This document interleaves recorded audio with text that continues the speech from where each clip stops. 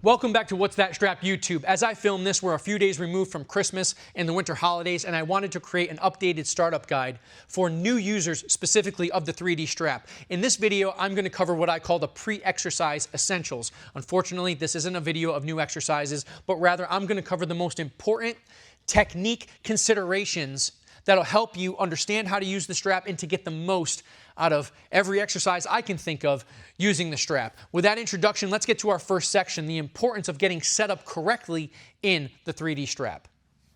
To get set up correctly in the 3D strap for both trunk-loaded and pelvic-loaded exercises, I want you to remember to get it right, get it tight. I want you to walk out against the resistance, get the strap tight, and then spin into the strap. So for a trunk-loaded exercise, you would start by putting one arm in like a backpack, walking out against the resistance and getting the strap tight. That forms a crease in your shoulder, and then you're going to calmly spin into the strap using the strap wrap to merge the fabric where you want to feel the pull of the resistance, in this case against the rib cage. What you don't want to do is spin into the strap while everything is still slack. A couple things happen. The fabric is split, I got it against my butt, I got it against my lower back, I have to fidget and fuss, and as you can kind of see, the padding here is kind of sliding off my shoulder. I haven't formed that crease, which helps you feel connected to the strap, connected to the resistance. So to get set up, to get it right, get it tight. The next mantra I want you to remember is that for better flow, keep it slow, and I strongly recommend using the 3D strap primarily as a movement improvement tool.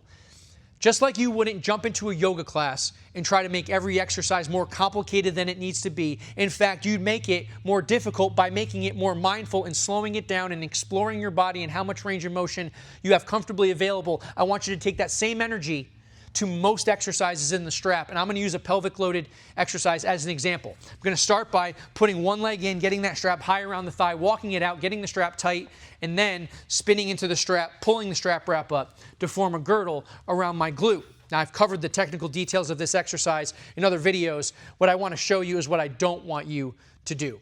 Now, I know it's tempting to take a new setup like this and try to recreate something that you think happens or you think is important because you've heard it for something like the golf swing or baseball swing, and you start to create your own exercises. You rush to doing stuff like this, thrusting the hips or spinning your hips out because you want to work on rotational power.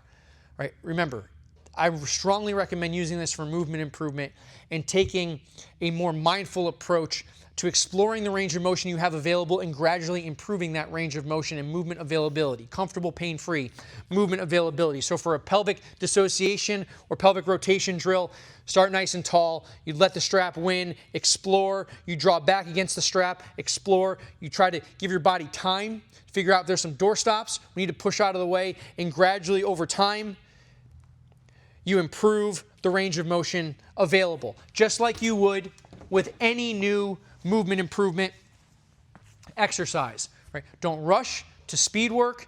Don't try to recreate something that you think happens in your sport. Right? For better flow, for better movement improvement, keep it slow. In this last section, I want to show you how to make rotational movements using the 3D strap as simple as possible. I'm going to start by demonstrating some split squats and some lunges, and then some lateral movements. And in both stances, I'm going to show you a progression. First, I'm going to show you lower body variations that don't include a rotational element.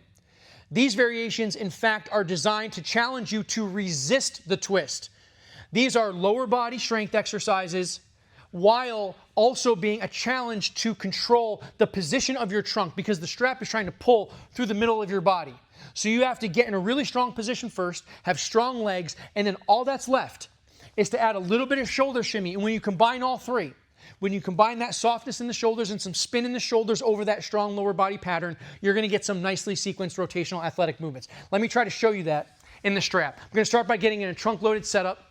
And I want you to give some energy to getting good at these simple exercises like split squats and forward lunges, these linear leg patterns. And what's not obvious on video is how hard I'm resisting the spin and shear through the trunk. I'm resisting the twist. I get my abs on, I get my rib cage pushed back into the strap, and now all I need to do is add a little bit of shoulder shimmy.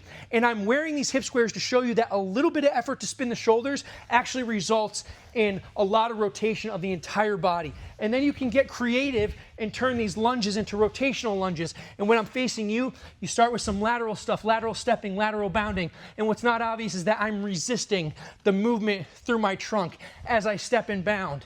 And once you're comfortable doing that and you feel strong through the middle, through the core, you can just add a little bit of shoulder pump into that transition, and that really winds up the body for like a change of direction type movement. Keep rotation simple by combining 3 simple ingredients: lower body strength, a well-aligned trunk, and some softness or some shimmy through the shoulders.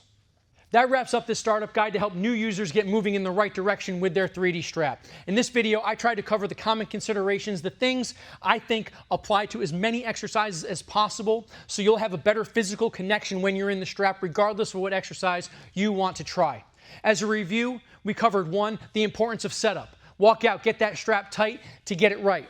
Number 2, let's agree to keep this tool a movement improvement tool, and for better movement flow, keep it slow most of the time. And finally, try to keep rotation simple by combining those key ingredients: lower body strength, a well-aligned trunk, and a little bit of softness or shimmy through the shoulders. Thank you for your time, thank you for your support, and good luck with your training.